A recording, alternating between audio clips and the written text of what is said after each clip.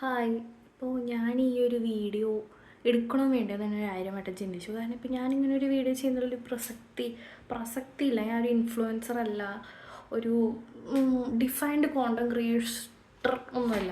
അപ്പോൾ I thought of എനിക്കാണെങ്കിൽ ഒരുപാട് കാര്യങ്ങൾ ചെയ്യാനുണ്ട്. Like this is how my bed looks, ഇത് ക്ലീൻ ആക്കണം, വേറെ ഒരുപാട് വീഡിയോയിൽ പറയാൻ പറ്റുന്നതും പറയുന്ന അങ്ങനെ ഒരുപാട് കാര്യങ്ങൾ ചെയ്യാനുണ്ട്. ബട്ട് എനിക്കൊന്നും ചെയ്യണ്ട. 2 ദിവസം കഴിഞ്ഞാൽ ഞാനൊരു സ്ഥലത്തേക്ക് പോവുക. അപ്പോൾ എനിക്ക് കുറേ സാധനങ്ങൾ പാക്ക് ചെയ്യാനുണ്ട്. എനിക്ക് അതും ചെയ്യണ്ട. എനിക്കിങ്ങനെ വീഡിയോ എടുക്കണം, പക്ഷെ കണ്ടന്റ് ഇല്ല എന്നല്ല. ഇപ്പോൾ ക്യാമറ ഓണാക്കി വെച്ച് എന്ത് പറയണം എന്നറിയാൻ പാടില്ല. ഐ മീൻ ഒരു റെലവൻ്റ് ആയിട്ടുള്ള കാര്യമില്ല. ഐ ഡോണ്ട് നോ വേറെ ആരെങ്കിലും ഇങ്ങനെ ഫേസ് ചെയ്യണമെന്ന് അറിയാൻ പാടില്ല. എന്തൊക്കെയാണ് അവിടെ നടക്കുന്നത്. ഭയങ്കര വീട്ടിലിരുന്ന് മടി പിടിച്ചുണ്ടല്ലോ, എന്തൊക്കെയോ ആയിപ്പോയി, മടിയുടെ ആരോഗ്യം ആയിപ്പോയി ഭയങ്കരമായിട്ട്. ഇപ്പം ഞാൻ നേരത്തെ പറഞ്ഞില്ലേ, റൂം നല്ല മെസ്സി ആയിട്ടാണ് കിടക്കുന്നത്. റൂം ആക്ച്വലി അത്യാവശ്യം നീറ്റ് ആൻഡ് ക്ലീൻ ആണ്, പക്ഷെ ബെഡ് മെസ്സി ആയിട്ടാണ് കിടക്കുന്നത്. ഇപ്പം നിങ്ങൾ ചോദിക്കും റൂമിൻ്റെ അകത്തുള്ളതല്ലേ ബെഡ് എന്ന്. ആരും ചോദിക്കാനൊന്നും പോകുന്നില്ല, എന്നാലും ചിന്തിക്കും. ആണ്, ശരിയാണ്, ഏതൊക്കെ തുണിയൊക്കെ ഉണ്ട്. അപ്പോൾ എനിക്കിന്നത് മടക്കാൻ മടിയാണ്. സാധാരണ ഹോസ്റ്റലിലാണെങ്കിൽ എന്താ ചെയ്യുക വെച്ചാൽ ഈ തുണിയൊക്കെ ഇങ്ങനെ എടുക്കാണ്ട് ഒരു കസേര ഉണ്ട്, ആ കസേര കൊണ്ടിടും, എന്നിട്ട് കിടന്നുറങ്ങാൻ രാവിലെയൊക്കെ എണീറ്റ് ലാലയിലൊക്കെ പാടി ആവശ്യമുള്ളപ്പോൾ മടക്കും. ഇപ്പം നമുക്ക് അങ്ങനെ ചെയ്യാൻ പറ്റില്ല, കാരണം അമ്മ ഓടിക്കും. അപ്പം ഞാൻ വിചാരിച്ചു ഇതെങ്ങനെയാണോ അങ്ങനെ തന്നെ കിടക്കട്ടെ, നമുക്ക് അമ്മയുടെ അടുത്ത് പോയി കിടക്കാം.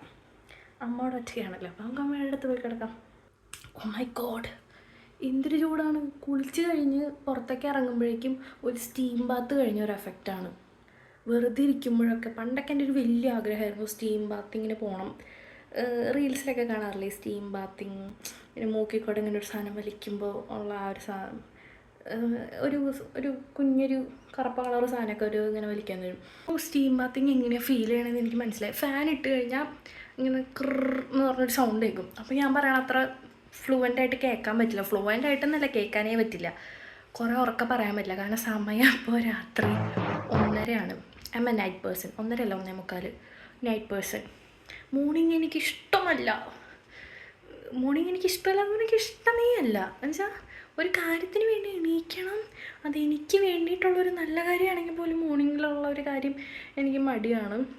പക്ഷേ മോർണിംഗിൽ ഡ്യൂട്ടിക്ക് പോകാൻ എനിക്കിഷ്ടമാണ്. രാവിലെ എണീക്കാൻ എനിക്കിഷ്ടമില്ല, പക്ഷേ മോർണിംഗിൽ ഡ്യൂട്ടിക്ക് പോയാന്ന് പറഞ്ഞാൽ സ്റ്റുഡൻറ്റ് പീരീഡിൽ, ഇപ്പോൾ പണിയൊന്നുമില്ലല്ലോ, സ്റ്റുഡൻറ്റ് പീരീഡിൽ സ്റ്റുഡൻറ്റ് പീരീഡിൽ മോർണിംഗിൽ ഡ്യൂട്ടിക്ക് പോയാൽ എന്താ ഒരു ഉപയോഗം എന്ന് വെച്ച് കഴിഞ്ഞാൽ എൻ്റെ റൂമിൽ 6 പേരാണ്. അപ്പോൾ 5 പേർക്കും വേറെ ഷിഫ്റ്റ് ആയിരിക്കും. കാരണം എൻ്റെ പേര് സി വെച്ചായതുകൊണ്ട് ഞാൻ ഫസ്റ്റ് ബാച്ചിൻ്റെ കൂടെയാണ് മിക്കപ്പോഴും വരല്.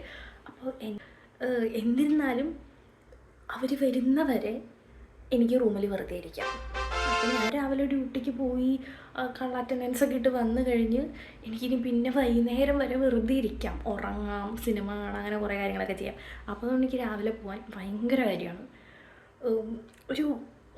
അതിന് മാത്രം രാവിലെ എണീക്കാൻ മടിയാണ്, പക്ഷേ എണീക്കുന്നൊരു മോട്ടിവേഷൻ എന്ന് പറഞ്ഞു കഴിഞ്ഞാൽ ഇന്നത്തെ ദിവസം മൊത്തം ഫ്രീ ആണല്ലോ എന്ന് ആലോചിച്ചിട്ട്. പക്ഷേ ക്ലാസ്സിൽ പോകാനൊന്നും ഇഷ്ടമല്ല രാവിലെ എണീറ്റ്.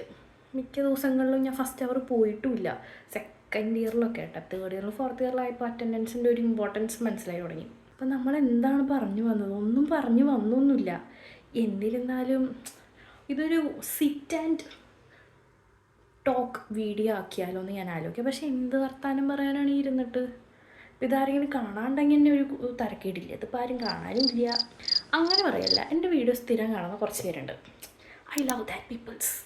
ലിറ്ററലി നിങ്ങൾക്കറിയോ, നിങ്ങൾ ആ വീഡിയോയുടെ അടിയിൽ കമൻറ്റ് ആരൊക്കെ ഇടുന്ന എനിക്കറിയാം. അപ്പോൾ ഞാനിങ്ങനെ അവർ നോക്കിയിരിക്കും എല്ലാ ദിവസവും. വേറെ ആരുണ്ടാവും ഇങ്ങനെ? കാരണം എന്താണെന്ന് വെച്ച് കഴിഞ്ഞാൽ ബാക്കി ആൾക്കാർക്കൊക്കെ പല ആൾക്കാരായിരിക്കും കമൻറ്റ് ഇടുക. എൻ്റെ വീഡിയോയുടെ അടിയിൽ സ്ഥിരമായിട്ട് കമൻറ്റ് ഇടുന്നത് ഒരു 4-5 പേരാണ് സ്ഥിരമായിട്ട് കമൻറ്റ് ഇടുന്നത്. അവരെനിക്കറിയാം, അവരെനിക്ക് നേരിട്ടറിയില്ല, പക്ഷേ എനിക്ക് അവർ ഫോണിൽ കൂടെ അറിയാം.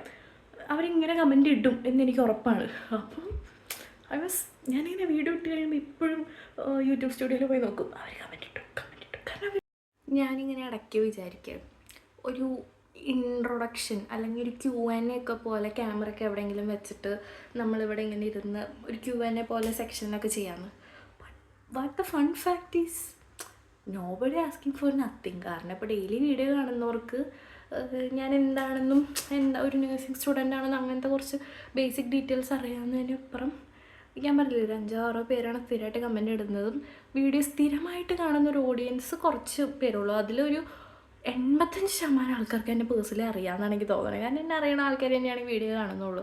അതുകൊണ്ട് ദാറ്റ് മച്ച് കംഫർട്ട്. അറിയാത്ത ഒരാൾ 1-2 ആൾക്കാർ കാണുന്നുണ്ടെങ്കിൽ അത്രേ ഉള്ളൂ. ബാക്കിയുള്ളവരൊക്കെ എന്നെ അറിയണവർ തന്നെയാണ് കാണുന്നത്. അപ്പം ഐ തോട്ട് ഞാനിങ്ങനെ 2 സൈഡിൽ നിന്ന് ആലോചിക്കും. അതായത് ഞാനിങ്ങനെ പെട്ടെന്ന് ആലോചിക്കും, ഒരു Q&A ഒക്കെ ചെയ്യാം എല്ലാവരും പോലെ, ക്യാമറയ്ക്ക് ഇങ്ങനെ ഒരു സൈഡിൽ വെച്ചിട്ട് അങ്ങനെയൊക്കെ ചിന്തിക്കും. പിന്നെ ഞാൻ ആലോചിക്കും, ഞാനെന്തിനാണ് Q&A ചെയ്യണം, ഇതൊക്കെ എന്നെ അറിയണ ആൾക്കാർ തന്നെയല്ലേ കാണുന്നത്. ഞാൻ അങ്ങനെയൊക്കെ ഒരു കൺഫ്യൂഷനിൽ നിൽക്കുകയാണ്.